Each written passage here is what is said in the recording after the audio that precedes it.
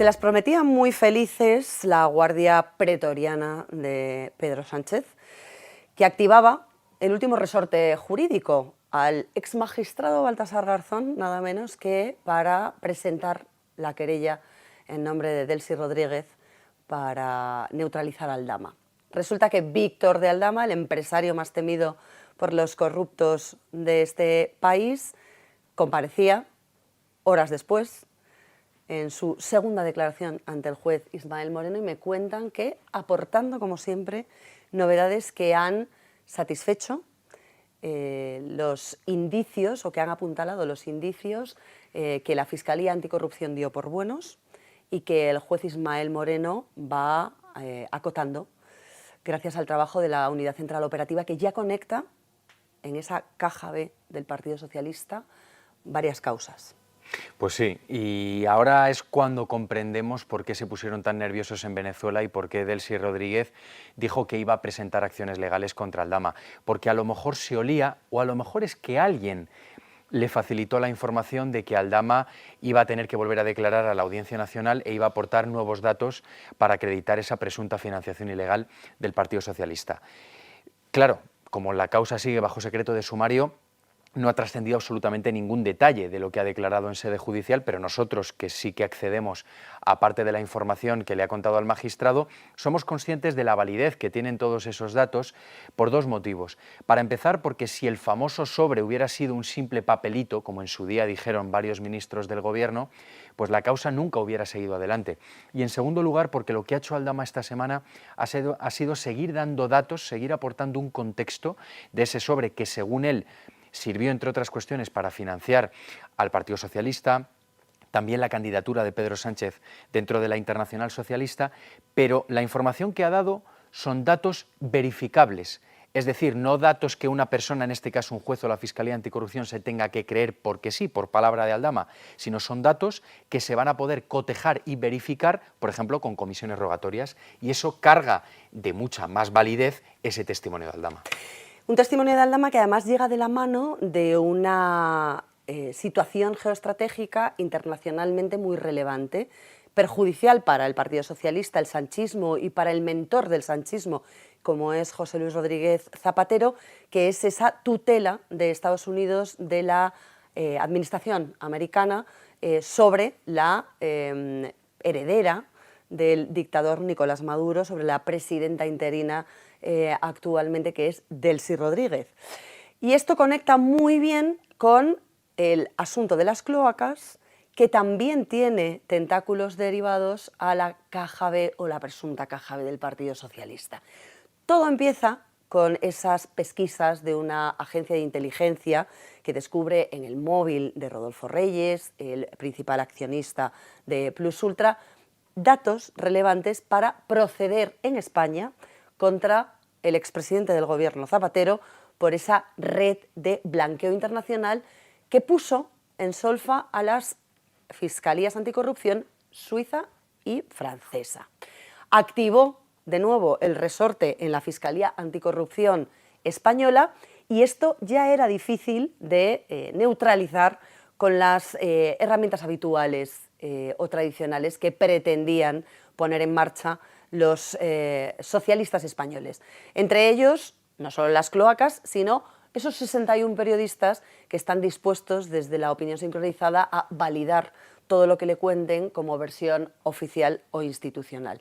Y además de que esto tiene su origen en Estados Unidos y de que ahora tenemos el paraguas de Estados Unidos en Venezuela para que esas comisiones rogatorias lleguen a buen fin, se añade una nueva derivada, y es que no solo Aldama confirma las versiones anteriores sobre esa presunta financiación irregular procedente de esos bonos de crudo venezolano que estaban sometidos precisamente a embargo de los Estados Unidos, sino que amplía ese espectro. Amplía un espectro días antes de la declaración de la presidenta del PSOE, de la señora Cristina Narbona, y amplía ese espectro además cuando hay otros miembros de Moncloa que están bajo sospecha. Hace unos días conocíamos una referencia al caballero de Moncloa, que nadie sabía o nadie parecía saber o identificar quién era, pero todo apunta que quizás después de esa aclaración de Narbona, además de los que ya están investigados,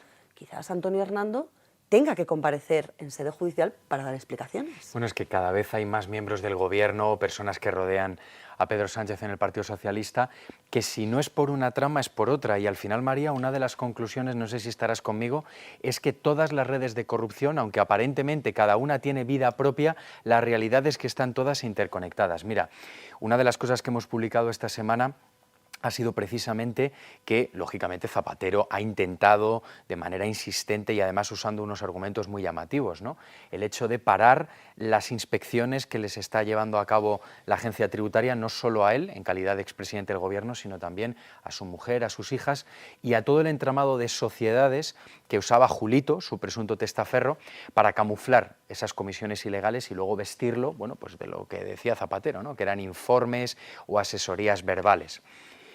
Claro, ha intentado neutralizar todas esas comprobaciones que está haciendo Hacienda porque realmente van a ser delatoras y realmente van a ser una serie de comprobaciones que van a permitir extraer una radiografía de exactamente no solo cuáles han sido los ingresos que él ha tenido, que son los que ha tenido que declarar en sus respectivas declaraciones de la renta, sino lo que va a ser mucho más interesante, que va a ser conocer todos y cada uno de los movimientos bancarios que ha hecho durante los últimos años. Y ahí es donde verdaderamente vamos a ver si ha contado con pagadores sospechosos y cuál ha sido un poco la retribución que él ha hecho para recibir ese dinero. Y te decía que esto era muy interesante porque, claro, como la mayoría de las sociedades están ubicadas en Elda, que es un municipio de Alicante, estamos hablando de la Comunidad Valenciana, ha sido la delegación especial valenciana de la Agencia Tributaria en la Comunidad Valenciana la encargada de tener que hacer todas estas investigaciones. Bueno, pues ¿sabes quién está destinado en el mismo área, encargado de hacer todas estas verificaciones? Sorpréndeme. José Antonio Marco San Juan, el extres de María Jesús Montero, que está imputado por un delito de cohecho por cobrar mordidas de empresarios a cambio de archivar pleitos fiscales. ¿Tú crees que es casualidad? Cuanto menos es extraño. Bueno, cuanto menos es indecente y debería además apartarse si esto es una coincidencia y desde luego renunciar si no lo es y están intentando meter mano en este asunto para controlarlo de alguna manera. Lo que sí está evitando Zapatero también con estas pesquisas que quiere paralizar, congelar momentáneamente en la agencia tributaria es ganar más tiempo todavía en el asunto de las joyas. Todo el mundo sospecha, Alejandro, que esas joyas eran de su propiedad, pero cada vez cobra más peso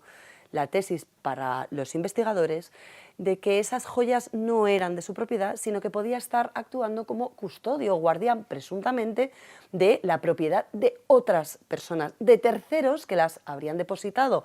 con su aprobación y con su conocimiento y consentimiento en una caja fuerte que aparentemente nadie iba a abrir y nadie iba a investigar, que más indemne, impune que un expresidente del gobierno que trabaja en una oficina pública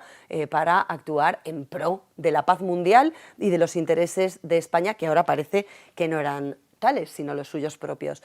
Y si Zapatero estuviese preocupado porque eso se rastrease hasta el punto de identificar que él no es el propietario, sino solo el custodio, y que entonces podría añadirse un nuevo delito, que es el de receptación a todo ese catálogo que le afecta ahora mismo. Y si yo te digo que en la Audiencia Nacional, después de las declaraciones que están pendientes en los próximos días, se ha reservado el juez Santiago Pedraz la última semana la sala de vistas por lo que pueda pasar? Pues me lo creo absolutamente. Primero, porque tú manejas siempre información muy buena. Y en segundo lugar, porque ya he perdido la cuenta de cuántos días han pasado desde que Zapatero incumplió ese plazo. Él dijo que en tan solo 10 días iba a conseguir acreditarlo todo. La realidad es que está recurriendo, entre otras personas, al que fuera su ministro de Exteriores para intentar conseguir esa documentación, Miguel Ángel Moratinos, que por cierto algún día habría que comenzar también a hablar de sus negocios. Y lo que está ocurriendo es que está habiendo muchos países árabes que le están dando la espalda. Habría que preguntarse por qué. Y sobre todo, lo verdaderamente importante, y es que si Zapatero no está consiguiendo la documentación, ¿qué es lo que está haciendo? Fabricarla. Por lo tanto, vamos a ver cómo evoluciona todo esto. Vamos a ver también